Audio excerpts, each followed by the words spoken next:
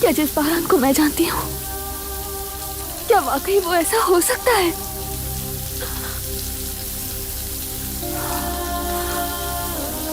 अगर सब सच हुआ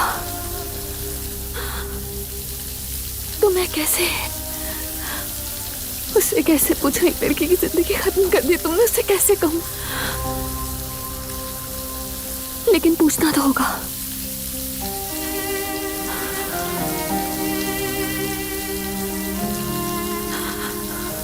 नहीं नहीं, मैं नहीं पूछ सकती। अगर उसने कह दिया कि हाँ सच है, सबिया जो कह रही है वो सच है,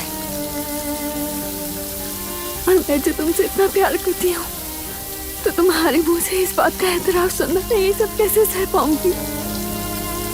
कैसे इसका सामना करूंगी मैं?